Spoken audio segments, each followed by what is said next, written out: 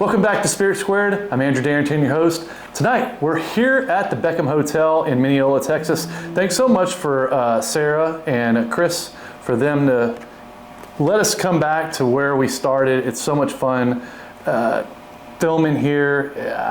It's just like home, and I love it here. More than likely, you're going to hear a train or two in the background, and we love that too. It just makes it nostalgic.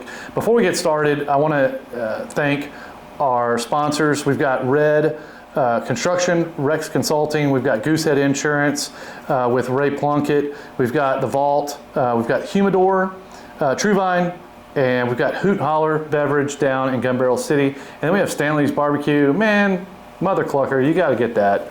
I mean, they're so good. And they started breakfast here recently. You gotta go get some breakfast. It's pretty good. Thank you guys for being sponsors of ours. Thank you for seeing our vision. Thank you for supporting what we're doing. We're trying to glorify entrepreneurs, nonprofits, and the folks that are making a difference locally. Thank you so much for seeing what we're doing and supporting what we're doing. And without further ado, thank you for the drink, Miss Laura Satterwhite, right? Yes. Is that, she the is longest the last name in the world. Right, not so much. I don't know very about long. that. I'm Darrington. It's pretty long. I bet But you are the founder and CEO of Artistry Inc. and the Beauty Bar in Tyler. Mm-hmm. And I'm so excited. We've exchanged like a ton of text messages, mm-hmm. and I saw you shared the post of like you coming on to the podcast and how excited you were. So I'm so excited to hear your story. And let's talk a little bit about growing up. Like, where did you grow up and how did you end up in Tyler? So I was born in Houston. My mom went to Robert E. Lee and my dad, and his family was from Houston. They got pregnant really young with my older brother and moved back near his family in Houston. I lived there till I was 4. My dad passed away when I was 4. He had pancreatic cancer. Oh, wow. He was one of like the youngest people possibly in history. I don't know. He was 19 when he was diagnosed. So it was like really crazy for that to have happened. But he was given 2 years to live, like, you know, mostly anyone who is diagnosed with pancreatic cancer. Usually you get it when you're like 60 and you get a couple of years to live. Right. And they really hadn't seen people 19 getting it. He lived for 7 years, and in between then they got pregnant with me. Wow. Yeah. Okay. So he passed away when I was 4. And then after all of that, my mom wanted to be closer to her family. We came back here, and I've been here ever since. Right. I grew up in Bullard. I went to Bullard from first grade until senior year. Okay, so pretty Basically complete, all the years, you know, growing up. Mm-hmm. What was it like? Like, my parents are both still alive. Mm-hmm. What was it like not having a parent early on? I don't remember a lot of that. Four, I mean, there's probably not a lot of recognition other than daddy's not home or whatever. Yeah. But later on, did your mom remarry? Or? She did. She remarried. She was remarried by the time I was 5, I think. Okay. 5.5, yeah. Okay. They had my little sister when I was 8, my little baby sister, Mallory. And then I have an older brother, Jimmy. He's 4.5 years older than me. She's 8 years younger than me. Okay. So, I mean, we joke a lot because they didn't have her until I was 8. And so I was like the only girl and the baby for, 8 years. Right. And she stole everything from me. Yeah, probably and she a has tough these big, transition. beautiful blue eyes. And so anytime we went to the mall or basically anywhere, they were like, oh my gosh, she's so pretty. And she stole my shine. Yeah. But we joke about that all the time. I love my sister. I talk to her at least weekly, and she's a huge part of the success of my business too. So yeah. Glad that it all went that way. Yeah. Talk to us a little bit about your mom. You said she was a big factor in kind of your career path. Yeah. She had a nail salon, or she had a booth in a nail salon? So my aunt and uncle own tanneries. It's been here in Tyler's, for 50 years. Yeah. Maybe 50 something. Right. So I grew up in that salon. My mom did nails in like a separate room inside the salon, and she had a full clientele. People come in to her every 2 weeks, and right. In the summers I would be there like obviously a little bit bored and trying to play in her little room, and just watching her interact with her clients. And I would see how she would like change, not change personalities, but just change, for whoever that person needed her to be. And I really, it's crazy, thinking back and going through all the steps, 'cause I think I got a lot of that, like just inadvertently, like not even realizing it. Right. But she was great at that. She still is great at that. She did that till I was 17, and she's a realtor now. Right. She's been a realtor. I'm 38 now. She's been a realtor for 21 years. Wow. And she does great. She's really successful. But she's always kind of been more entrepreneur type and never really wanted to do an 8 to 5 or work like a regular job. She's always kind of she's just kind of a go-getter. She gets a lot of things done in a little bit of time, and just, I think all the time, like I get my groceries delivered, and I don't know how she did everything she did, Yeah. to be honest. Yeah. Because I can't even grocery shop, and she did that. There was 3 of us, and we had extracurriculars, and she somehow did all of that. Right. But The folks that I've interviewed that have been like hairstylists, tattoo artists like yourself, and nail techs, they're all therapists too. And I think that's what you're telling us, is that they turn into therapists and friends, then friends listening to the gossip or the venting and stuff like that. And you get all the juicy drama. Yeah, it sounds like your mom was turning that light on, and you were listening, kind of hearing some of that as well. And that's a trait that is difficult to train. Yeah. You kind of have to watch it and understand what it is. Yeah. How did music get involved at that age? What was it about? Like, you and I have talked probably obviously before this, but you mentioned that music was an influence pretty early. Yeah, I love music. I listen to music all the time, like way more than I watch TV or any of that. Okay. I just have to have music in the background or I go crazy. So I've always needed a job that had music, which is not exactly your everyday job. Sure. So I learned pretty quickly I didn't want like an everyday job. But yes, I love music. I love anybody who writes their own music. I'll pretty much listen to any genre if they write their own music. And I love all music, really, even if they don't. But those are my favorite artists, the ones that actually are poets as well. But yeah, my mom was a huge influence in that. We were big 90s country fans when I grew up. And then I got into more, alternative style. Like Matchbox 20 was probably like my first alternative band that I just love them still. For sure. Yeah. But Counting Crows for me. Counting Crows. So good. Oh, round here. Yeah, and when he plays the piano, I'm done. Yes. That's me. So good. Yeah. Yeah, agree. Yeah. There with you. Yeah. But I love country. Country is like my roots, and it's like the stuff people don't like to talk about. They sing about it, and I love that. I love anything that like makes you feel something. Yeah. Yeah, fun. All right, so you're watching your mom do that. You go through school. I should say too. Go ahead. Me and my mom's favorite song is Fancy. Oh, really? If Fancy comes on, Reba McEntire. Yeah. You're singing karaoke. We're jamming. Yeah. Yeah. That's your karaoke song? Like at the top a lot of the people say strawberry wine. Oh, that's the first CD I ever bought. Okay. Back in the CD days. Yeah. That was my very first one. I was 12. Strawberry wine. My mom and I, though, my husband makes fun. I wanted to name our daughter Fancy. He would not oblige. It'd probably be a hard no for me, too. It was a hard no. I think it's rude. I love the name. It would be cool. It would be different. Yeah. But my kids' names are pretty different, too. But, Fancy was our jam. Yeah. So you go through high school, and then how do you end up in pathology? Ooh, long story there. In high school, I did retail. We got a little time. So in high school, I did retail. That's where I learned to kind of sell and, customer service, how to talk to people, how to connect with people. And then I ended up moving to Dallas when I was 19 and lived there. What'd you move to Dallas for? Just to get out of Tyler and be a grown up. I'm right there with you. Yeah. I did it out of North Louisiana though.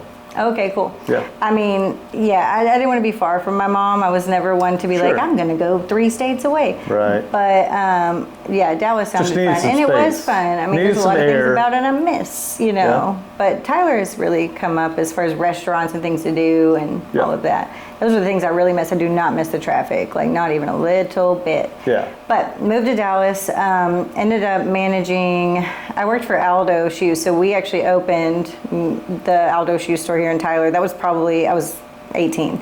I was the third key. And I ended up staying with that company and working at Aldo Accessories in the Galleria in Dallas. And got Fancy. promoted to... Fancy. Yes. There's that Got fancy promoted, again. I mean, fancy, duh. I got promoted to assistant manager there, and then, I mean, by the end of that career, I was running 2 stores. Oh, wow. I was store manager of Aldo Shoes and Aldo Accessories in Plano. And there was one point I literally went 3 weeks without a day off. Right. And it was hard, but yeah, I ran 2 teams. I had actually like the least amount of turnover in the whole district, which was crazy. Yeah. And this is 20 years ago, Yeah. right? Okay. Yeah. I was 20. Yeah. Just to put a date on it. 2005, Yes. 2006. 18 years ago. 18. Okay. Yeah. Yep. Ish. And yeah, I did that for a while. Ended up going like, okay, I can't work retail forever. I don't want to work retail forever. What am Yeah. I going to do with my life? Because I did try college, of course, right out of high school, and it just was like, it didn't feel Yeah. right. It's really tough as an artistic personality. I'm really good at art. That was the only thing I was really ever like super good at, you know, in school years. And so you go to the counselor and they're like, what do you want to do? What are you good at? What's your interest? And they give you like, okay, you can be an art teacher, you can do hair, Right. you can be, I don't even remember all of them. Those were the 2 that I was like, all right, well, those sound cool. Then, you know, my aunt's like, don't do hair, you'll stand on your feet all day. And I mean, it's true. Like, she's had 2 knee replacements, a back surgery. Like, Right. it is hard on your body. But so, I took her advice and I was like, okay, I won't do that. And just decided to, take some time to try to figure out what I wanted to do. I worked at a veterinarian clinic, loved that job. I love animals very, very much. Dogs, cats, like anything I love. And basically from there, decided to go to college at some point. I guess it was around 24. And I went to college, went back to college. And decided on a career in histology, which is basically kind of like the little worker bees in a pathology lab. Okay. Did that for 8 years after that. So you're in pathology for 8 years at a dermatology clinic? Yes, yeah, Okay. that is where I... And you're not Correct. interacting with anybody other than other clinicians? Yes, I had 3 doctors that I worked under. They were all dermatopathologists. Were you the only ones doing testing? Oh gosh, no. You had other people that were doing testing, right? Oh yeah. Whenever I first, a good half of my career was a little bit more mom and pop style. There was like 100 employees. There was 2 locations. All the doctors were. 100 employees? Yeah. I mean, This is in between the Dallas. 2. This is in DFW? No. By that time, I'd already moved back to Tyler. Sorry, I So skipped you had that. 100 employees in Tyler? Yeah. So Dermatology Associates of Tyler is where I worked. Okay. And Wow, I they- didn't realize it was that big. Okay. They started out with just 1 location, then they expanded to 2, and between the 2 locations, and they had some satellite locations. Between the 2 was, Wow. 100 employees. But it was very mom and pop. Like, we felt really happy. All the doctors loved us. We felt like family. We did really cool contests. We did spooky food contests at Yeah, Halloween, and yeah. I always won first place. Yay. And we decorated doors at Christmas time. All the patients would vote on it. We decorated pumpkins at Halloween. All the patients would vote on it, and it was cool. It was like a family in a lot of ways, and we had like monthly meetings, and it was a great job. But in those days, it was, I think 4 of us were histotechs. By the end of it, we had been bought out by a corporate company twice. And there was, I don't know, 12, 14 of us. It was a lot different by the end. Yeah. But yeah, Is that part of the reason why you transitioned out? yeah. unfortunately, yeah. And I really always felt like I was meant for more. I wanted like a big girl career, and I wanted to figure out what that was, and I made a decision to get one, and I got one. And yeah, things changed after the corporate, took over the corporate company. Sure. Things changed, but like I still had really good relationships with the doctors that were over me, and it was still somewhere I'm really grateful for, and I loved everybody there. Still talk to them? I talked to most of them, yeah. Yeah, that's cool. Yeah. So, did you initially transition into something that was like not exactly what you have now, but kind of, or did you just jump and say, let's get a brick and mortar? Well, I kind of jumped in. Well, kind of. Were you doing tattooing? Were you tattooing before? No, but Okay. well, I did skip saying that I also was a a makeup artist, just a freelance makeup artist. I did that for a little bit in Dallas. Okay. So I did skip that part. So, I can draw, I can paint, I can do all the artistic stuff. That's obviously what I love to do. And I've always loved makeup. I mean, I also can do hair pretty well. So, I did all my friends' makeup for prom. I did all my friends' hair. Okay. I did like all It's the like special cheerleader, events. You're doing French special braiding. events. Yeah, I mean, that was for free. I was just, in high school. You were just goofing around. But in Dallas, I did, just events and little things. Sure. Photography stuff. But,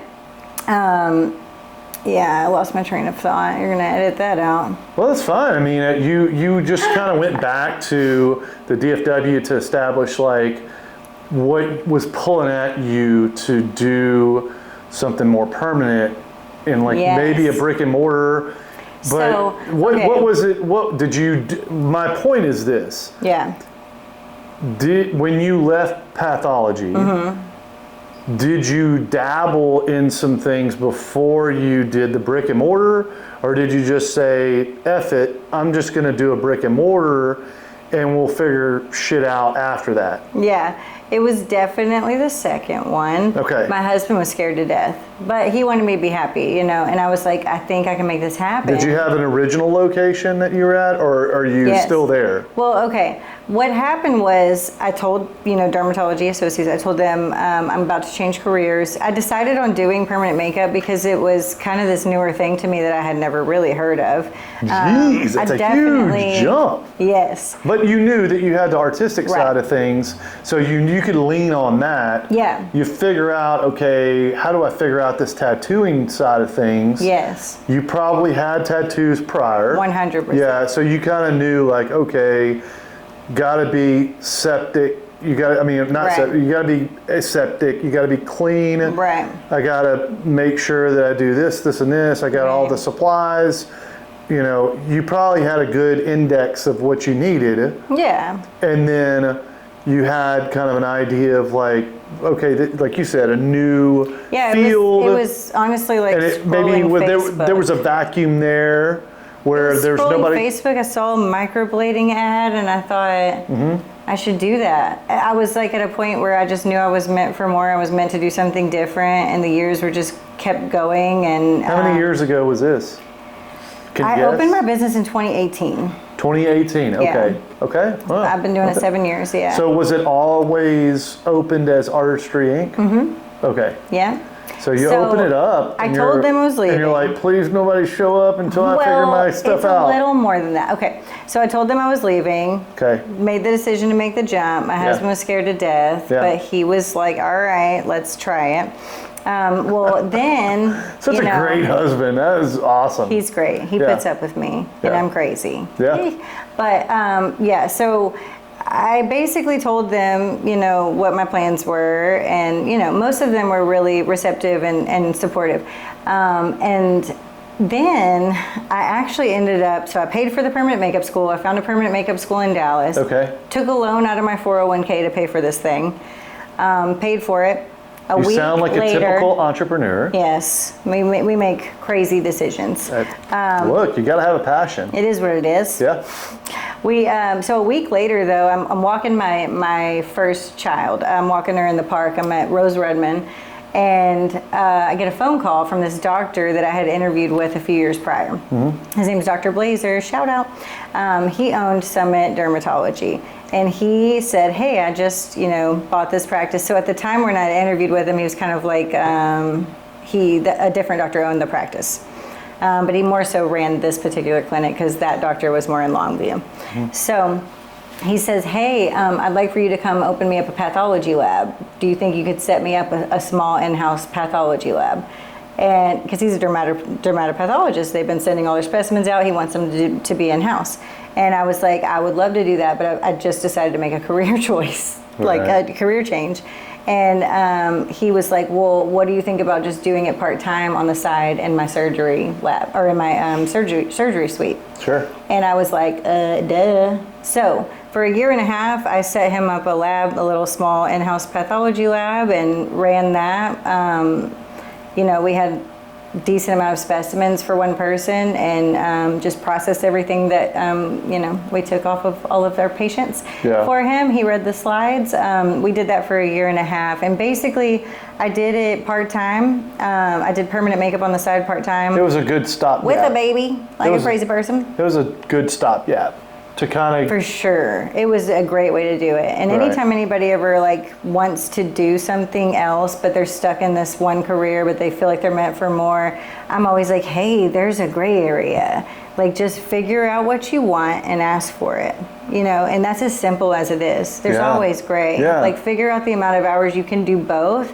And then when you get to the time frame where I was basically forced to choose, because I was so far, just doing it part-time, I was 4 or 5 months booked out. So, it was time to decide, basically. And Dr. Blazer was amazing and great to me, and it was a hard decision, honestly. Something that's it was a good job. Guaranteed, kind of. Exactly, it was a good job. And then to something that is risky. This could be, it could change in 6 months. Sure, yeah. But you had a pretty good following initially? Yeah, I guess so. Did you do grand opening and stuff like that? Or no? I didn't really do that. Damn, okay. Yeah. Pretty cool. I just posted. We should do that next week. No, I'm kidding. I just posted my, hey, I'm going to go and do this full time. But 4 week or 4 month, a waiting period on the initial launch, that's pretty good. Crazy. Yeah. Even at part-time hours, and we can get into we're going to get into the offerings and stuff like that. Yeah. But that's insane to me that you have a 4 month wait, and it just goes to show what the demand is for that, and that's awesome. So you pick your niche. I did. Right, and then at some point you go to the doctor and you're like, hey, this is taking off. I kind of need to prioritize it a little bit more. Yeah. And so that was probably a difficult decision, but the right decision at that time, right? For sure. Yeah. And then, but dang, COVID happens. Yes. Which was a game changer, especially, and I can only speak from my experience. I keep hitting this freaking lapel deal. I don't know. It's bad. I don't know. I just do it. But the industries that were involving hair, nails, beauty stuff. All the beauty stuff, absolutely exploded during COVID. Yeah. Most of them did. Yeah. Now, if you were a brick and mortar, then it was different because you kind of had to move your cheese. Yeah. You kind of had to do it in the garage. You had to do, I didn't do that. I was pregnant. So by that time, I left Blazer's office September of 2019 and COVID happened, March of 2020. So I had 5-6 glorious months. And then, I was basically oh my God, is my business going to survive this? And I was pregnant. I didn't know enough about COVID. None of us did. Obviously, people were dying. I was scared, and I was pregnant, and I was not gonna break those rules at all because I was scared for myself. To be honest, I wanted to be at my house and safe. So no, I definitely took the time off. I had 80 people to reschedule by the time I came back to work. I had 40 on a waiting list. Did you temporarily folded? Yes. Did you start in March? I just shut down I was told to, you know. Okay. Came back in May. We Okay, did so not get short, opened back up as fairly tattoo short. artists. Yeah. Like the hair people opened up before us. I remember that well because Yeah. I know all the permanent makeup artists were like screaming at Abbott, like, "Hey, we're a beauty service. We're not just tattooers." And yeah, they basically, opened us back up about a week after the hair people, if I remember correctly. Yeah. I think it was about May Because a lot of people were 15th. getting caught doing hair. Oh yeah. And they were getting caught doing tattoos, and they Yeah. were getting caught, Sure. not wearing masks. Oh, yeah. And it was litigators, like politicians, that were doing it too. Right, for sure. We can go on and on about all the mess that was. Yeah. But Fun times. But so you reopen, and then you get an explosion of need, right? Yeah, kind of. I mean, within like my first year back, You told me mean- you had an 11-month waiting list yes, yeah. during COVID. Well, it wasn't during COVID. I mean, I had 80 people to reschedule. I closed my books where new people couldn't schedule. I didn't know when I was going to open it back up. And so I wanted the 80 people that were already on my Yeah, schedule to yeah. be first. And then Yep. I had a wait list of the others that wanted on. Right. And then it just kind of blew up after that. I really think the masking helped because everybody's like seeing nothing but eyebrows. Right. So that helped. Sure, I can see that. I did a ton of nurses. Everybody was not wearing any makeup. They were wearing masks. They had the mask knee, as they all called it. And then if they had makeup, it was like, It was like melting impacting, off. yeah, So they were yeah. like, I just want this permanently done. There was Right. a ton of nurses. I did tons of nurses. I used to say they got to be like 75% of my business, but not so much anymore. But in those days, it was so many nurses. It was crazy. yeah. What was it like managing like the COVID side of things, reopening, Horrible. that wait list, and then you're pregnant and you have or you have a young child, She was right? 3, yeah. Yeah, so like that's a lot to manage as It a was a mom lot. Yeah, it was a lot. and a business owner. It was a really stressful time. So you did like your mom did, like you figured it out. Exactly. Yeah. Yeah. That's And your what my kids are mom going to say the does. same thing, like, I don't know how she did all this. I hope so. Yeah? I hope so. It's definitely the goal. I hope that they look back and say that. Yeah, for sure. Yeah. All right, so we talked a little bit about, but prior to this, you've got a platform that you're building for permanent makeup artists that you're building software for. Yes. Don't give us all the details because obviously it's going to be proprietary, but what made you want to do that and why do you think it's important? So in 7 years, I have used 3 booking systems. I've probably trialed like 10, 11, 12.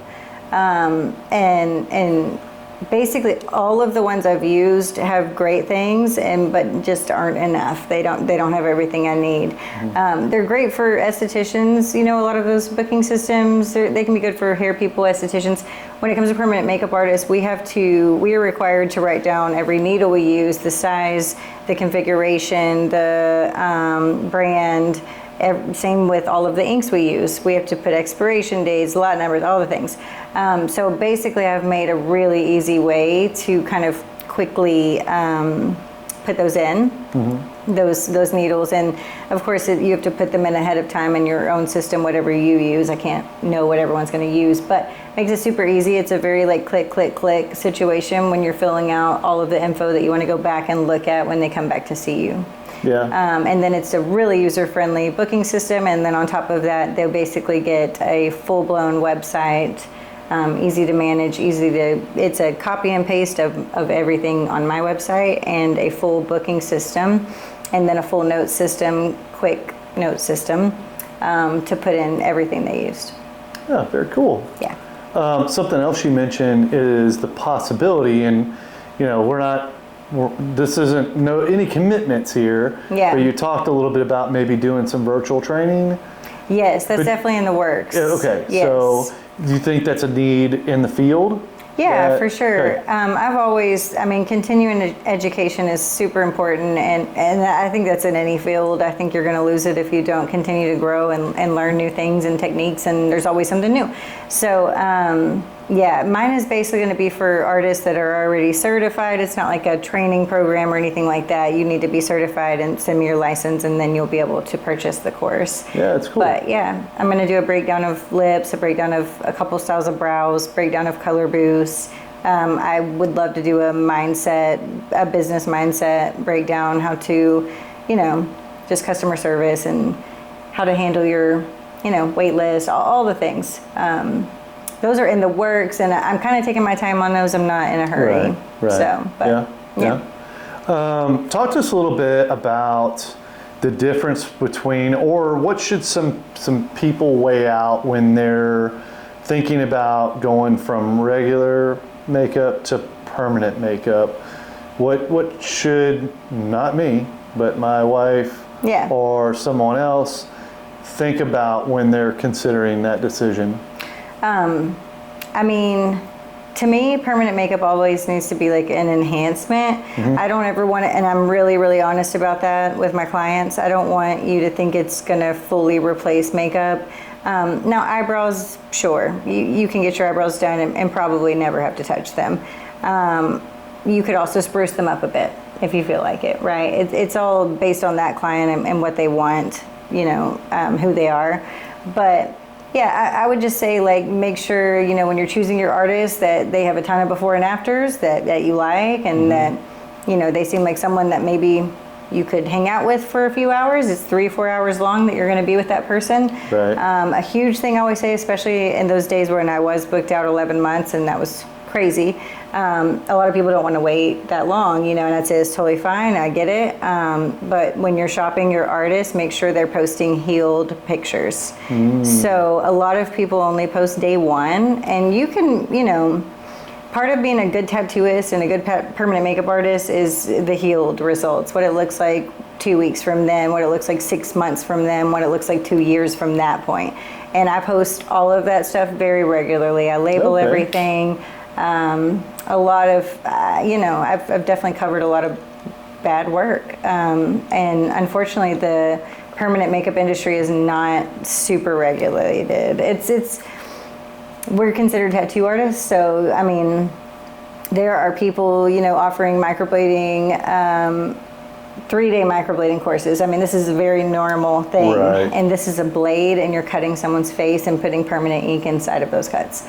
So it's actually a really big deal. It probably should be better regulated, more so than it is, and maybe it will one day. I know, like, they're talking about it a lot. Yeah, Kim Brown and I talked about this. She's with Injectology too, and we talked about the Botox industry and how people are doing it in their garage, people are doing it in their living room, and you're injecting. So yeah, it's like, how in the heck did we get here? And that there are bills that are on the table to talk about, and it, to me, I liken it to, I was in the optical industry for a while, and we got into... Like guns or no, optical. Eyeglasses? Yeah, like eyeglasses. There's optics, too. Yeah, eyeglasses. Isn't that a gun thing? Eyeglasses, but mainly contacts. And so back whenever I was in the business, color contacts was like a big thing, and people wanted to look like aliens, they wanted to look like cats, and so they were buying like these color contacts or augmented contacts at the flea markets. And it's like, whoa, wait a minute, you're not prescribed it. How do you know your eye even matches that contact? And basically it's just like Amazon. They were just buying them from Mexico, they were buying them from China, whatever, and offer them there, and then people were like putting in their eye and then getting eye infections. Almost immediately. Or scratching their eyes or whatever. So I think it's, you have to do your homework. That's what you're saying. Do your homework on who you're attempting to see. And we also know that if the price is too good to be true, it's probably not a good thing. Yeah, it's not a good thing. Yeah. You talked a little bit about some botch work that you've had to do. What are some of the examples that you've had to do? Anything recent or anything that just stands out to you that you've had to like Definitely. I'm always working on someone else's work and trying to make it better. That's always, I probably do that weekly. That sounds horrible that you're always having to do it. Yeah. It's not weirdly, it's a harder job, 100%. I don't know what pigments they use. I don't know what needles they use. I don't know how deep they went. I don't know this person. I don't know anything. Half the time the client doesn't. I'm like, did you get microblading? Was it a tattoo machine? They're just like, oh, I don't know. They just think they were certified. There's a certification on their wall. Yeah. But I've had horror stories as far as where I'm just like, I can't believe what I'm hearing, where again, I was getting a pedicure and they said, come to this back room, I'll microblade your eyebrows. Right. Like truly, that's probably been 5 times I've heard that one. Right. So it's weekly you're hearing, or you're having to. Weekly I either cover, touch up not that or, it's botched. Weekly I cover someone else's work. Right. Mm-hmm. Wow. Yeah. That's crazy. Yeah. All right, so talk to us and it's a lot more difficult than it sounds. It's a lot more that goes into it. I tell them all it's going to take 2-3 sessions before I'm happy. You're going to be happier probably after our first one because you're going to have a better shape, you're going to have a better color. But for me, I really like to perfect everything, and a lot of times these eyebrows that I'm covering are way oversaturated. They've turned black blue. There's the train. There's a train, yeah. Our first one. There it is. Maybe our only one. It gets really loud. It's fine. I love it. Yeah, it's cool. It's one of the things that's nostalgic about this area. Yeah. And it's an Amtrak, which is going 100 miles per hour, probably, maybe more. Is that the one that goes through Wascom? Yeah, probably so. This is Highway 80. This is Highway 80 right here. Mm-hmm. So it goes to Longview. So from here to Longview, from here also to Fort Worth. So it goes all the way to Fort Worth. Yeah. And then it goes all the way to Longview. I had a friend that lived so close to this train track. Yeah. It's crazy. And from Her Longview, kids, didn't even wake up. I think it goes north. I think it goes north from Longview. I don't know. I'm not positive, but I'm pretty sure it does. Well, I don't know my directions. This same train, I believe, goes to Chicago. So it goes through St. Louis and then goes to Chicago. Interesting. Yeah. Didn't know my that. dad was in the train business. Really? So I've done a little bit of research on Amtrak. Not that I'd want to spend a ton of time on it, but it seems like an interesting thing to do. Kind of cool. Yeah. Long rides. All right. Well, you were talking about. Yeah, but the permanent makeup that's not great. Yeah. Yeah, so it's going to take more sessions. You said it was taking more than one. It's going to take more work. It's going to take more sessions. I don't charge anything extra for it because I love to do it. I love to fix someone that has low confidence because they chose someone wrong and turn that around. So I don't hate doing them. It is more work on me. It's a lot harder, but I love doing it for the end result. Sure. But sometimes there is people that I can't do. Whenever you have previous permanent makeup by someone else that wasn't me, you have to, send me a picture so I can look it over. It has to be clear, it has to be in good lighting, it has to be no makeup on top of them.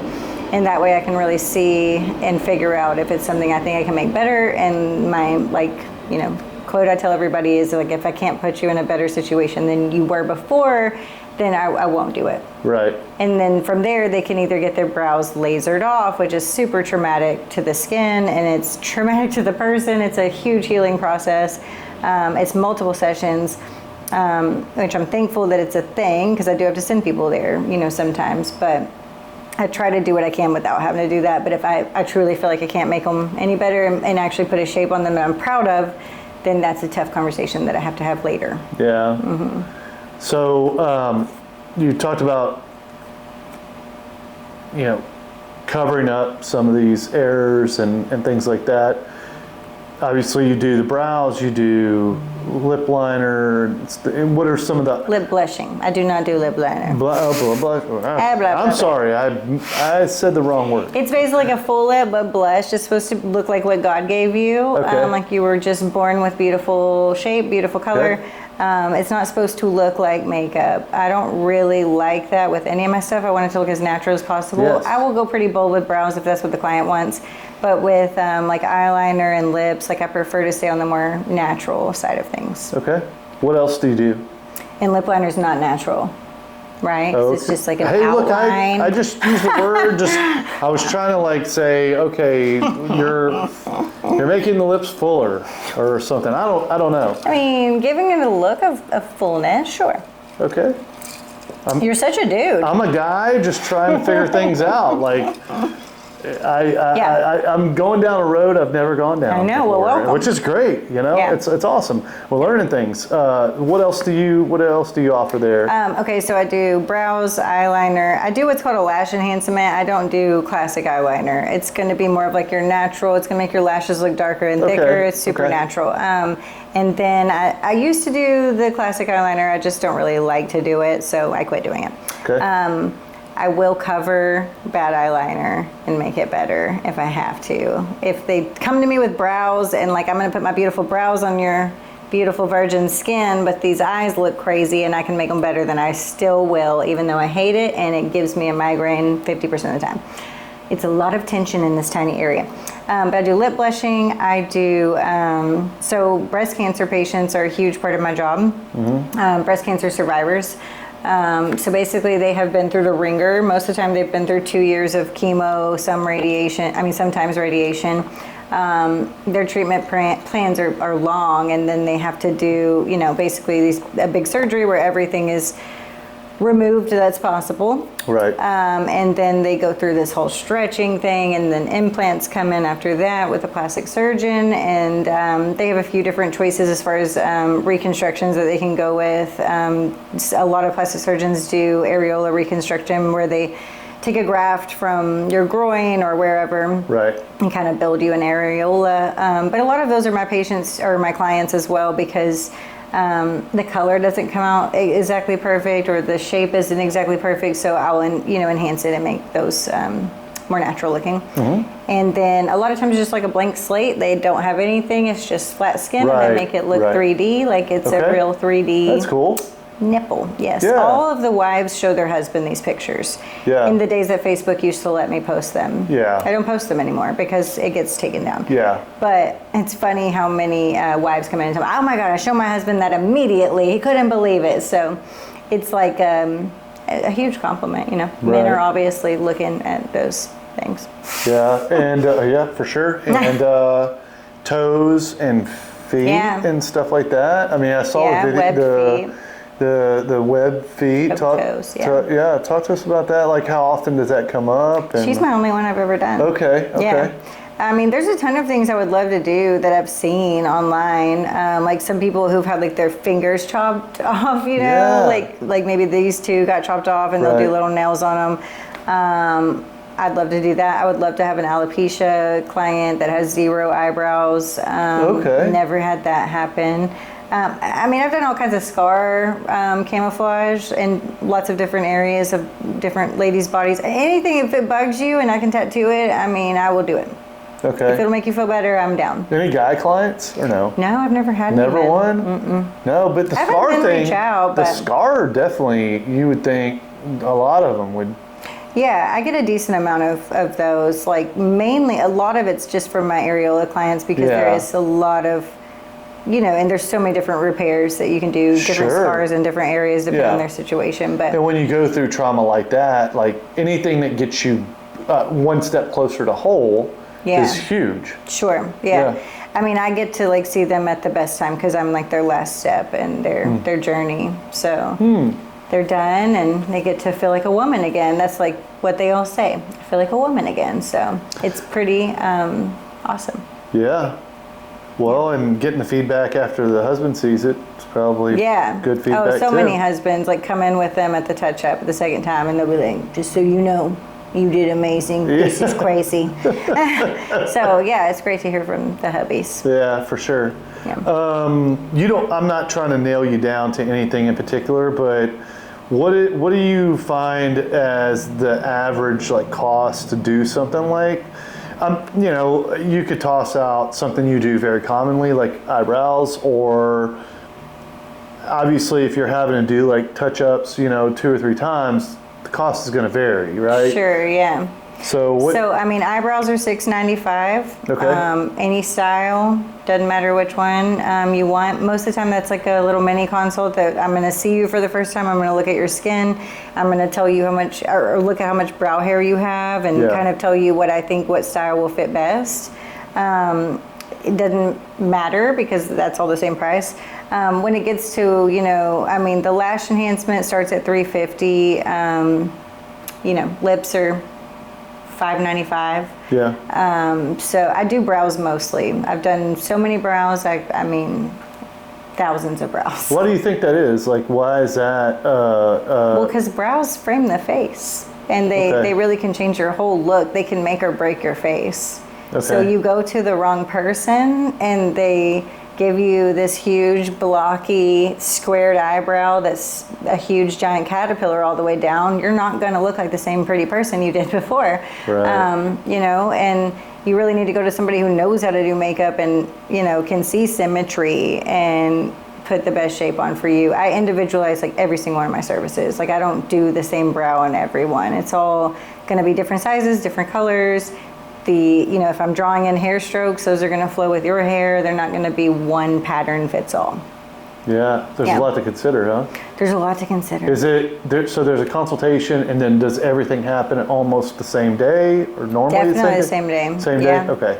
I mean, I will do in-person consults if you know, the client requests, but typically I call it a mini consult. It's at the beginning of your appointment. Yeah. I draw your eyebrows on for you with makeup. That's what I was about to ask. Like, because you know, with the tattoo artists, they're typically you tell them what you want, they stencil it in, Yeah. like, hey, is this good? Yeah. You're like, that's a lot bigger than I expected it to be. Yeah. And they're like, we can shrink this up a little bit, Yeah. or whatever it may be. Yeah. But you color it in and like, I do, hey. and that's different than a lot of artists. A lot of artists just go right into measuring and mapping, and they put all these lines on your face, and that's fine because you do want to measure and map. It's very important. I just do that second, and I like to draw their eyebrows on with makeup first, and let them look in the mirror and let them see what That's smart. I think will look best on their face. Yeah. And color-wise, we talk about after that, and then we do the measuring and the mapping, and then we numb for 20 minutes, and then the tattoo process typically takes like an hour and a half to 2 hours-ish after that. And that's pretty much it. I mean, and I always tell everybody, if I have my nervous Nellies or like my ladies that are, you know, skeptical of the shape I recommend, or, you know, are arguing with me on any of that, I'd rather lose the money any day of the week. Yeah, for sure. If you're not ready and you don't feel confident, and like we're not on the same page with shape, or we're not on the same page with any of it, then I'd rather you take some time to think about it. Mm-hmm. Yeah, for sure. What are some red flags that you think the public needs to know about? Some things you should look for. We talked a little bit about it already for permanent, you know, makeup artists. Like, if you see something, you hear something, what are some red flags? I would say red flag is definitely like a Groupon deal. I wouldn't go to that person. Right. Yeah. I would skip on that. Right. If it's too good to be true, like too cheap to be true. Right. Yes. You know, it's always Definitely a bad deal. Wouldn't do that. Yep. Yeah. I would make sure they have, you know, not only certificates on their wall, but, you know, proof of inspections. You know, make sure that they didn't have, start up last week or whatever. Yeah. You definitely want to figure out how long they've been doing it. That's always I've only a good done start. it to my sister. Yeah. Ugh, that'd be so terrible. Yeah. But yeah, you definitely don't want to go to that She person. looks great. Yeah, no. You don't want to go to that person. And you definitely want to do your homework like we talked about. I always say too, like, especially in the days when I was as far booked out and nobody wanted to wait on me, you know, everybody's like, oh gosh, that's 11 months, no thanks. And I'd say that's fine, like you know, do what you want to do. But when you're choosing your artist, like, make sure there's a ton of pictures that like you feel like fits you, like something you would like, something you would want, and it's good work, right? But also good healed pictures. So what they look like on day 1 is super different from what they're going to look like on day 14. Sure. They take 2 weeks to heal. It is a tattoo. It is a needle going into your skin and giving you a boo-boo. So there's going to be a lot of healing happening after that. A good tattooist knows how to like implant. pretty thin tissue too. Sure, some of it. I mean, yeah, everybody has different skin. Every skin type is so different. But yeah, a lot of it, and that's a huge risk of, if they are thin, going too deep, and that's what turns black blue. But just make sure they have healed pictures. That's always my biggest advice I can give.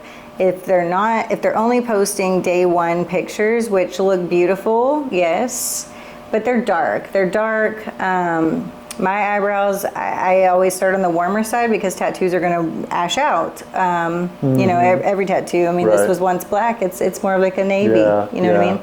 So you have to keep that in mind. My eyebrows, if you're looking at day 1 on my website, they're going to look a little on the warm side, and they're going to be probably a little too dark. But I always tell everybody, by day 10, you're going to love everything. Yeah. So they typically fade about 20-25%, and then the ashiness kind of sets in and offsets that warmth, and then they're the perfect brown when everything heals. And then implanting pigment in skin is, so much goes into the technicalities of tattooing that a lot of newbies, it takes time to learn, So day 1 might look good, but you might not have actually implanted pigment in half of that brow. You know what I mean? Mm-hmm. So you want to see somebody with a really, nice and solid and natural color looking the same saturation throughout when it's healed. Yeah. Okay. Yeah. Interesting. It matters, but no one really thinks of it, and why would they, Well, I mean, it makes complete sense because the day of is way different than day 10. Day 1 is a little scary. 7, 10, whatever. You're going to have some swelling, and then you're going to have the skin reception of it, and then the healing, and then time of year plays somewhat of a factor. Yeah. At least it does for me when I get tattoos. It does, yeah. Are you going to have direct sun on it? Right. All that kind of stuff. That's going to play a factor. So, yeah, lot to take in there. There's lots of rules, and I send home Yeah. everything you need as far as taking care of them. I send home the an aftercare kit that has everything you need. It's got a card printed out with all your rules and do's and don'ts. Yeah. Because you're right. So in your business, you have to have a lot of high standards. And in my business is the same. Like the constant pressures to deliver, high expectations, high standards often leads to burnout. Yes. How do you balance that and do what you're doing for as long as you've done it? Well, you're going to have, highs and lows of any career that you create. Any entrepreneur is definitely going, or small business owner where it's mainly on you, is going to have a lot of that.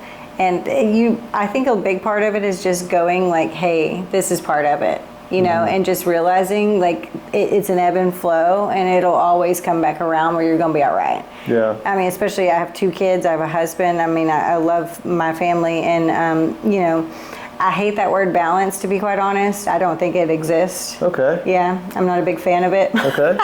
That work-life balance that they talk about? Yeah. That's a lie, if you ask me. Well, as an entrepreneur, I do believe it's a lie. It's a lie. Yeah. I think a lot of people think I want to be my own boss.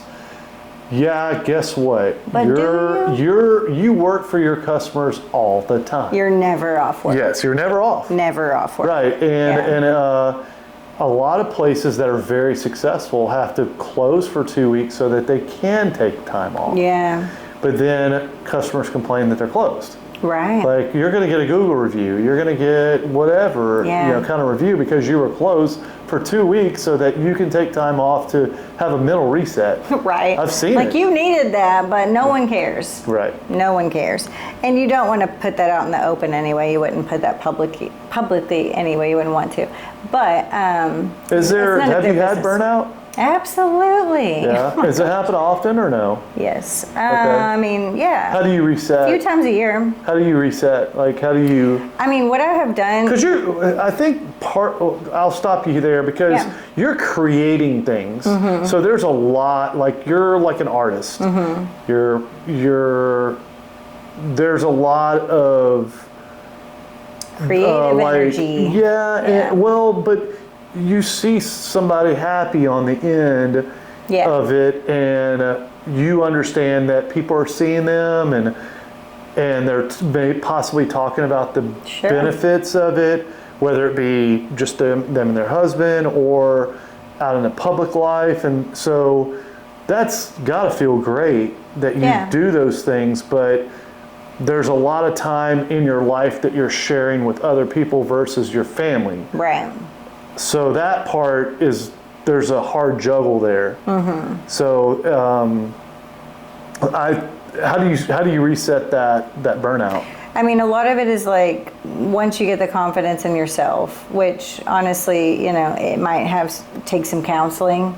It might take reading some, self-help, some psychology books, some business-minded books.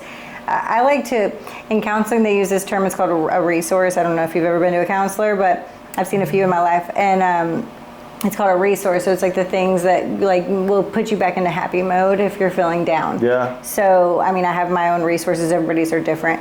But, if you are in burnout, then you need to definitely lean on your resources. Yeah. And honestly, and this isn't for everybody, but I love listening to business-minded books, self-help books. I love listening to them on audio while I'm also like conquering a to-do list. Now look, that might be like truly resting in Netflix and chill for the next person. It's not me. For me, it's growing, evolving, like going, okay, I'm in a funk, like how can I get to that next step to get out of it? So audiobooks are a huge resource for me. That's one of them. Podcasts, audiobooks, anything business-minded or just like self-help, developmental growth, mind-wise. I love learning about the brain. The brain is crazy. Plus 100%. I am a therapist, so like... The body and the brain, both. Yeah. It's crazy. Yeah, no, but the brain is crazier. When I feel burnout, the body just follows the brain. I tend to like toggle to silly. I just want I don't want to feel real. Yeah. I want it to feel like it's a simulator. Yeah. And I just want somebody to tell me that being just off is okay. Yeah, and it is. It's perfectly normal. Yeah, and so... Especially for entrepreneurs, we go. Like we're really like... We're hard on ourselves for we're a bit of perfectionists and we want everything to be so, and you can only do that for so long before you will crash. Yeah. It's just part of it. And I have big rises and I have pretty big crashes.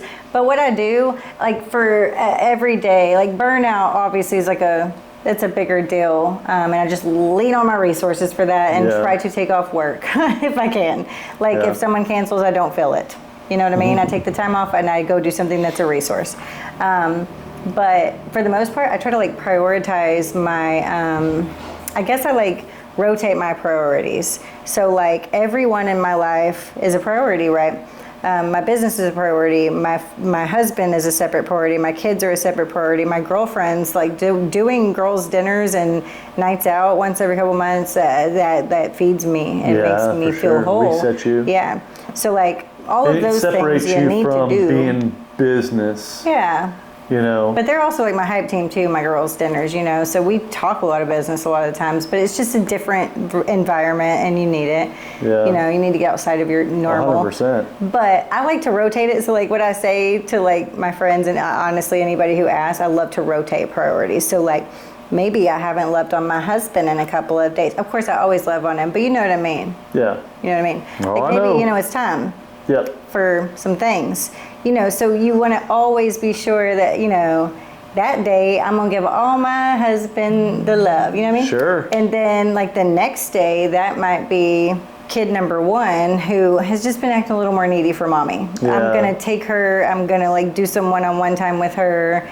make sure she feels special, ask her a million questions that we just sit there and talk and she listens. The next day might be the next kid. The next day might be me, like full balls to the walls. Maybe I don't have any appointments that day and I'm getting 17 things knocked off my to-do list. Because I also tattoo for a living. I can't touch my phone. I mean, I can't mark it. I can't put in any of the notes. Like, there's always so much admin that I have to do. So then for that whole day, I'm just going to go balls to the walls getting that done.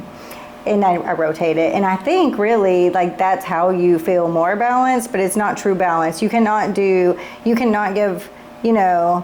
I don't know, 20% to everyone on the same day. Yeah. I don't think that exists. I think it can make it work a little bit, but you can't do 20.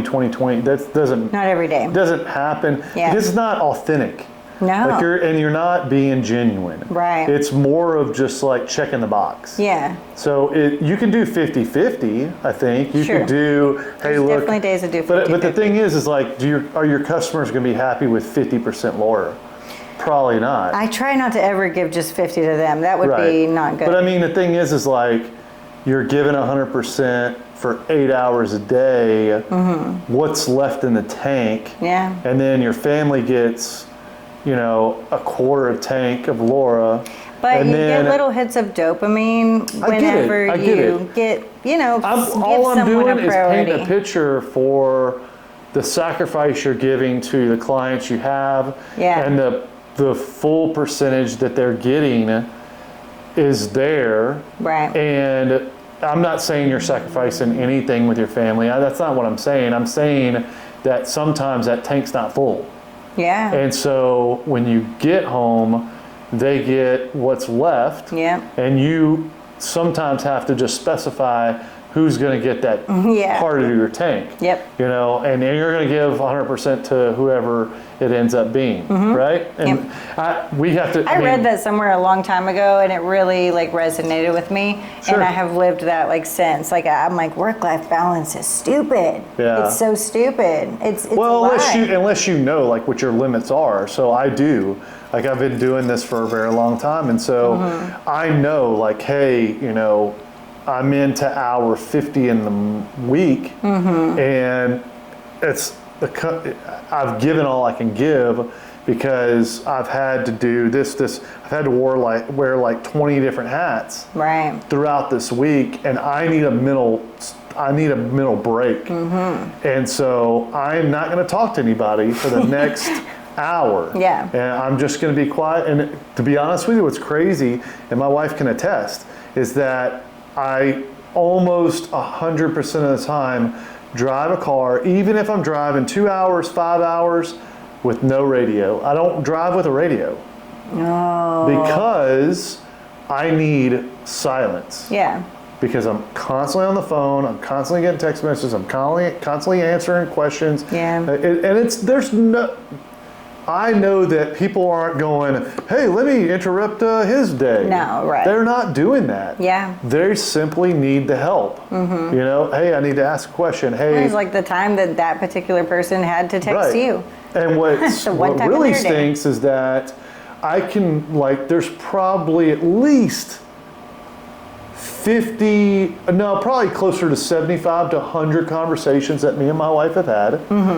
We're in the middle of the conversation, and it's a good part. Like, hey, we're about to make a decision, or hey, we're getting some clarity to the situation, or hey, we're talking about next steps, or whatever it is, and it's getting good, and we haven't had a good conversation like that in a minute. Yeah. I get a phone call, I get a text, and it's somebody waiting on an answer. Oh no.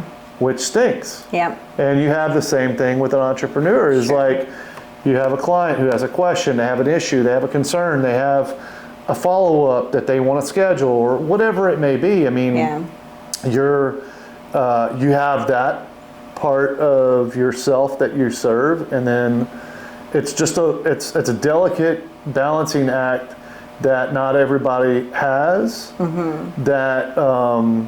That I just want to paint a picture for. Yeah. That's it. It's what Definitely you do is special, and it's hard, and And sometimes it's just good to reflect and Yeah. understand, but also let the public know, like, hey, this is what I'm balancing. Sure. Yep. Yeah. And all my clients are they're really understanding. I mean, Good. most of my clients are moms. Yeah. So that helps. I've had really rare situations where, like, because my kids will always come first, and I will always make that, like, very known. So, like, if my kid's sick and they're, like, really sick, you know, where I'm like, no, I don't want a grandparent to step in. I need, gotta reschedule. they need their mommy today, you know. Yeah. You're going to reschedule. And I mean, it's a bummer because in my line of work, I'm letting somebody down all the time. Sure. When that happens, Sure. you know what I mean? Yeah. It's somebody who's waited, you know, months on me to, you know, and paid a deposit and is very excited, but my baby needs me, you know? Yeah. And then, you know, I don't know, if we're on day 3 of the sickness and it's worn off, grandma, come on. You know what I Yeah. mean? And Yeah. then I'm back to work. And I will come in on a weekend most of the time, like if I need to reschedule someone, Sure. if it's my fault or my kid's sick thing. But, you know, everybody has their different set of priorities. And if you're not in line as a client to understand that, then we're probably not going to vibe anyway, you know? So I'm fine with giving your deposit back. If you're really upset that I'm taking care of my very sick kiddo, then we're probably, you know, not good for each other anyways. Yeah. Yeah. What advice would you give women that've got big ideas, but maybe some low confidence, low self-esteem? Like what would you say to those folks? Well, I mean, there's so many things that you can do to like build your self-confidence. I mean, and of course a lot of them are going to be like an outward appearance thing, but I'm not a big, how do I say it? I'm not going to say like you should be vain. I'm not a fan of vanity, but I am a fan of you looking in the mirror and thinking you look pretty good and being proud of what you see. And that doesn't have to be vain. So, I mean, do the things that make you, you know, figure out what makes you feel prettier, better, smarter. Do those, you know, take action and make one of them happen. And before you know it, that's back to the brain. There's instant hints of dopamine happening and you're happier. And then you have more confidence, you're braver, you feel a little more braver to make those bigger choices. I mean, I guess like just focus on yourself first, figure out what makes you feel the most healthy and the most confident and get that squared away. And then, you know, whatever your next business move is, or if you wanted to do something big, I mean, I think that needs to be like a separate thing, but get yourself, you know, in order first. Yeah, it's one of the words you used with me was manifestation. Yeah. Like you've got to build on something. Yeah. So start. Like take a step, see how it goes. Yeah. Take another Don't step. sit there and wallow. Like ever. yeah, like there's only what ifs without a first step. Yeah. So you have to do that first. Yeah. I love that. That's like one of my favorite things too. I can't remember exactly what it is, but it's something like, you know, if you do the, you know, if you decide to take the big leap, like you have this big dream and you're like, oh, but I'm scared and oh, I have this great job and there's insurance and, you know, blah, blah, blah. Yeah. Like I told you earlier, there's always a gray area. Figure out a way to tiptoe for one, make that your first step. And then for two, like when you get to that nudge part where like your intuition is like, go, go, go, then you probably should listen. But at the same time, okay, did you know that NASA, those people, they literally try to fail? That's how they test. They try to make it fail. Did you know that? They try to make what fail? All of their tests. They're trying to figure out basically what could go wrong. So all of their testing is to try to fail. Oh, interesting. So that they know what not to do the next time. Okay. Which is so I haven't heard that. crazy. Yeah. Yeah. It's a really interesting way of thinking of it. But one of my favorite like sayings, and like I said, I don't know exactly what it is, but basically, you know, you have two choices. You can make the choice to like, okay, I'm going to go for my dream. I have a 50% chance of failing. I have a 50% chance of succeeding. Or I'm going to stay where I am. And guess what? That's a 100% chance of failing and staying where you are. So like it's 50% better to just go ahead and try, isn't it? Yeah, we had a guest on. I can't remember her first name. I know it starts with an A, but she did clothing and did like a lot of decorations and stuff like that. Yeah. But she suffered with lot of self-doubt and like really bad anxiety and depression. And it was mostly revolving around like when she had kids or after, like postpartum type stuff. Yeah. And then she, like during COVID, was like, I'm just gonna put my head down and I'm gonna do it because that's what makes me happy. Yeah. So she just like went head down, opened the Facebook page, started making like sweaters, spirit shirts, and now like she has a huge production, 3 employees, like thriving, enjoying life. Like you can see in her mannerisms that she's so much happier than she was a nurse. She was a nurse when it works. And now like it's so. I think that what I like. Yeah, you can test, like you can ask other people what their thoughts are, but you're the one that's passionate about it. Mm-hmm. So if you're passionate about it and you're confident enough and you have a good brand and you have some backing, and it's like just do it. It's what's going to make you happy. Well, especially, I mean, if that's what makes you happy, like that's like one of your resources and it's your business idea, so it's going to make you money. Like that's a win-win. Yeah, 100%. Yeah. Yeah. What's next for Artistry Inc.? I know that your what is it called? The bar? The Beauty bar? Artistry Inc. and Beauty Bar. Yeah, you've got a little bit of a transition there, right? What do you mean? With you had some. Is somebody else in there? Because you had somebody that. Oh, that's leaving. That's leaving. Yes. Yeah. So do you have somebody coming in? Yes, there's been 5 of us. I opened it in 2022. Okay. August of 2022. It was all filled up, all 5 rooms by October. And we've been all 5 of us for over 3 years now. Never drama, never anything. Everybody's just been great. It's been beautiful. But aside from the only thing that hasn't been beautiful is Tegan, one of my girls. She's a permanent makeup artist there. Her daughter's actually battling cancer for the 2nd time. Yeah, that's what I saw that. Yeah. Yeah. So she is actually going to go ahead and take a step back. And yes, I do have a room coming open. And hopefully we can find that vibes with all of us like it has been. It's been really, really easy and chill. So yeah. So is there anything new for Artistry Inc.? Aside from, the booking system that I created, I'm still like trying to learn and live with and figure out exactly how I want to market that. But I do want, to sell it, obviously, especially to permanent makeup artists. But I think a lot of people will absolutely love it. It's super user-friendly. There's so much to it. Everything's in one spot and it's everything you'll need. It's going to be great for permanent makeup artists, especially because we have so much notes we have to take. But so aside from that, going to be gearing up for that. And then there is kind of like some big news I can't talk about too terribly much. But we can talk about it a little I'm going to bit. be on an episode at a TV series, like TV show docuseries. I have an episode coming up. I'm going to be shooting that September 3rd.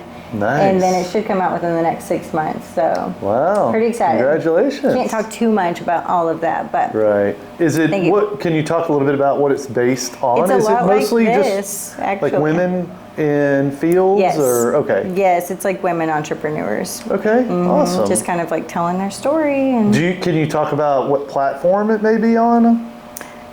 No. Okay. So it'll be, but you said it'll be on It is video. going to be streamable. It'll be streamable. Yeah. Okay. It will be streaming, Very but cool. yeah, at the moment I'm not like allowed to say I don't know why exactly, but yes. Is it I'm not one supposed visit? to. You're just going for one visit? Yeah, it's just a 4-hour interview. A 4-hour? Yeah. Wow. 4 hours. Yeah. Wow. I know. It's in Miami, so me and my husband are going to make a trip out of it. Yeah. Very excited.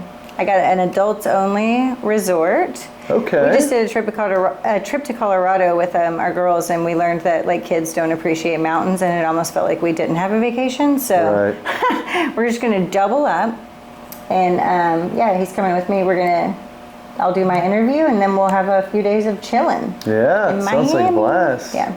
Congratulations Thank you. on the opportunity. Thank you. That will be awesome for you and for your followers. Yeah. Yeah. I'm excited. So, how many followers do you have now? I mean, I think it's close to 5K. 5K. Wow. Yeah. It's taken a while to build it up. 7 years, yeah. Yeah, but that's awesome. Yeah, and you know what? Like, they're all true, like, followers. Yeah, They're all, like, yeah. truly people. I saw you were like, hey, I'm doing this, and Yeah. a lot of comments, which is amazing, Yeah, and I a have lot the of best likes. clients ever. They're Yeah. amazing. They're super I love supportive. my clients, yeah. Yeah. They are. They're all like family to me. I love like literally every single one of them so much. They're all amazing, supportive people, and I've connected with all of them on like different levels, and they're all amazing. I love them all so much. Yeah. Yeah. Yeah, just talking to you, I mean, you got an infectious personality, and Aw, thank you get this vibe that you're going to take care of what I need. You're going to Yeah. identify it, and then And you're I going to have will. this. That's really important to me. Yeah, I you're will. going to have this specialized talents Yeah. to take care of what's needed. Yeah. So I always want a happy client. I think that's huge. I think it's like almost like a dying breed of people, 100%. sadly. Yeah. I completely agree. It's like just try to care, try to put yourself in their Sure. shoes, and actually, figure out what it would feel like if you were the person in this Yeah. chair right now that's about to get your face permanently tattooed. Right. It all comes down to just like regular old, just being a good person and caring about people. And really, of course, like I want my work to always look good. I want my clients to always feel like it looks their best. And yeah, it's a huge, big deal to me. Yeah. Yeah. Very cool. Yes. We're to the shout out section, which you brought a book. Oh my gosh, I did. You did. can't You want to forget make it. sure everybody gets shout out. Yep. I mean, the great thing about this podcast is we offer the shout outs. Yeah. And with Spotify, we can just kind of like bundle it up, Yeah. send it to you in text, and then you can share it with anybody that you do a shout out with. And sometimes it's cool. Like they didn't expect it. And it's kind of a special moment for you to kind of share with some people that made a big difference in your life and that may not know it, or maybe they know it, but they don't realize how big the impact was. Yeah, You know what I mean? So for sure. that's why I like doing it. So I'll turn it over to you. All right. Okay, so my first ones are from my very first retail job. Okay. Dang, we're going back. Yeah, 16, man. All right, so Lisa Reinhart and Heather Hovland. So those two girls, they taught me how to sell and how to give great customer service, how to connect with people, awesome. how to have fun. Like, I love that you're shouting out yeah. the old school. Oh, that is old school. You're right. But like, they were amazing. They were huge pillars in you like my. keep in contact with them? Absolutely. Lisa, no. I never really have. I mean, I've seen her because that woman will die doing retail. Yeah. I mean, the lady bleeds retail. Yeah. She's probably still doing retail somewhere. Some people do. But I've seen her throughout my life, yes, every like 5 years. And I'm like, Lisa, she's a go-getting lady. I loved her. That's awesome. Heather, yes, still keep in good contact with her. She ended up moving to Dallas at the same time as me. Good. So we both worked for Aldo and then different companies, and she's always been a huge mentor of mine, an amazing person. I love you, Heather. My mom, obviously, she's a huge part of, I mean, what I've become How can you and not? all the ways that, how can you not shout your mom out? Especially when she's My like mom's doing a nails, badass, yeah. showing you the way. Yes, she's. I mean, you can't like, you can't even understand like how hard of a worker she is, and like, she's got such a big heart and so much love to give, and she loves her kids so much, and she puts a lot of time and energy into us, and she always has. And now her grandkids. Yeah, oh gosh, yeah. Grandparents are crazy. All of our grandparents. Shout out grandparents. We have 3 sets of grandparents. They're amazing, and I literally could not do my life without them. There's no way. Of course, my husband's amazing in like every way, and he really gives me the space I need to, do my business well. And also, like, I mean, he cooks dinner every night. My husband cooks. That's awesome. Yep. Shout out to he's your a husband. chef. Shout out, boo. Doing, making He's an a mess amazing in cook the kitchen. too. Yeah, Congrats. I do clean the mess, but it's worth it. Yeah, it's worth it. For sure. But yeah, shout out to all the grandparents, honestly. But yeah, okay, so then I have doctors, Dr. Meads, Dr. Lowry, Dr. McCullough, Dr. Grabsky, Dr. Blazer. Those are all of basically like the doctors that I saw as like parents. They are like still really near and dear to me. I still talk to all of them really pretty regularly. Love you guys. Thank you all so much for everything you've ever done. Olivia and Brandon. So these are my cousins. These are my crazy cousins. We call each other the black sheep of our family. We have a huge family. I'm right there with you. Oh, Knuckles again. Yes. Okay. There's a lot of entrepreneurs in my family, but they are also a couple of them, and they're my hype team, or some of my hype team. My cousin Olivia opened up her business the same year as mine. Her and her husband own a window cleaning business in Katy. Sweet. Yeah, Okay. very successful. She grows every year. She kills it. They're killing it. Every year they just beat their last year's numbers and wonder like how the hell that happened. Yeah. They're just like, whoa, this is crazy. Like we Right. only dreamed of this number and now it's this number. Yeah. So we opened our businesses on the same year, and she's always been super, super important to me. We're like each other's like business mentors Yeah. in so many ways, and That's hype awesome. team, and all the things. Same for Brandon, my cousin. They're brother and sister. And they're both very driven, and they've also just been a huge part of like, go Laura, Yeah. And then there is more clients than I could ever count. I think I mentioned them enough, but I love you guys. You guys like keep me going. Like the best text messages I could ever get is just telling me how much more confident you feel, or that your husband told you looked fly, or Right. like any of those moments in time are. I like your they boobs. mean the I like your world. boobs. I like your boobs. Yeah. They're so nice. Yeah. True, all true. All my clients, love them all so much. And thank y'all for believing in me. And all of my besties. I've had the same group of besties since we were basically in middle school. One of us more so high school. They are my true hype team. I need them so much. I love them so much. They believe in me big time. So Good. My little sister was like my booking assistant, is what it started out as. She has put in so many systems for me, and she's like my tech support and my tech guru of all things. She's taught me a lot as far as marketing and creating graphics and just everything. She's amazing. She's social media marketer director, something like that, for like a worldwide crypto company. So Wow. she's killing it. Great She for deserves her. it, and I wish she would come back and work for me, but I can't afford her anymore. No. Very sad about it. Then, of course, my husband, he's always my biggest cheerleader. He has literally sat on the back patio with me, having drinks, just chilling for these last 7 years, and just telling me how proud he is. And Yeah, that that's is great. amazing. And he feeds me very well. Yeah. Shout out hubby. And then, of course, I wanted to say too, one of my best friends, her and her husband have been huge business mentors to me, which they are both entrepreneurs as well. She owns Miranda Ayla Design. She does renders, 3D rendering. She does architectural design basically, Awesome. and she's Yeah. killing it. I mean, she's got a wait list. She's killing it. Her husband Jacob is a CPA. He actually doesn't take new clients, but I will tell you, you will wish he was your CPA, because Right. he's the bomb. Yeah. And they're both just really business-minded, amazing people, work smarter, not harder kind of people, and which is really different for me because I'm balls to the walls. Let me just work myself into the ground sometimes, and they have really helped me to Take kind a of breath. yeah, Yep. be like, whoa, step back, Laura. Let's not do Yeah. that. And of course, my baby girls, they're the reason I do everything I do. So shout out to my girlies. I don't want to say their names because that's like, I don't know, kind of weird, isn't it? I'm not know. sure. But I love you girls. Y'all are my angels. Yeah. And I hope I make you proud. You do. Come That's on. it. That's my Well, book. I mean, I've It never was had a book. anybody bring a book. It's not a real book. It's 2 pieces of paper, guys. Right. It's like tiny paper. All right. Well, I feel obligated to do at least one shout out. Please do. I've had a number of mentors. My current boss is a great mentor. I love him. Love working for him. Great guy. My first mentor was like the guy who kind of trailblazed who I was going to be. Aw. His name's Chick Lehan.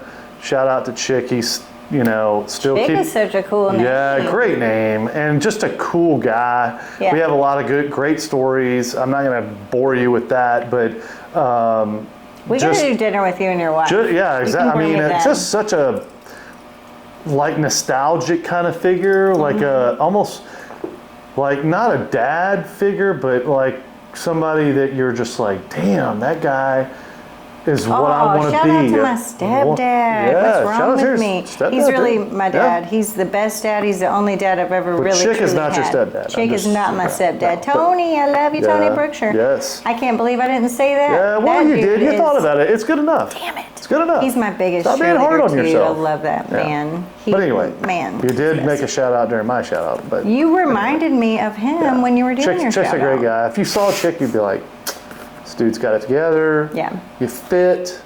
Him and his wife travel all over the place. Wow. Like, He's like doing yoga at 4:30. Probably, I don't know. But I mean, just cool ass Yeah. mofo. Nice. And great guy to know, and a great guy to have as a mentor, and Aw. set you on your path as a 20-something-year-old. There you like, go. How else? Like the best of the best. You still talk to him regularly? Well, I mean, it's enough, and then luckily, like I said, I mean, I'm in my late 40s now, and I have a great mentor and a boss now. That's like can't envision myself working for anybody else. Yeah. And so they say, people mostly leave jobs because of their manager, Totally. and they stay because of their manager, and no doubt about it. Like 100%. there's challenges in my job that I would be like, hell no, I could do something else. But Right. he's one of the core reasons why I love what I do. Well, he's probably Just- awesome.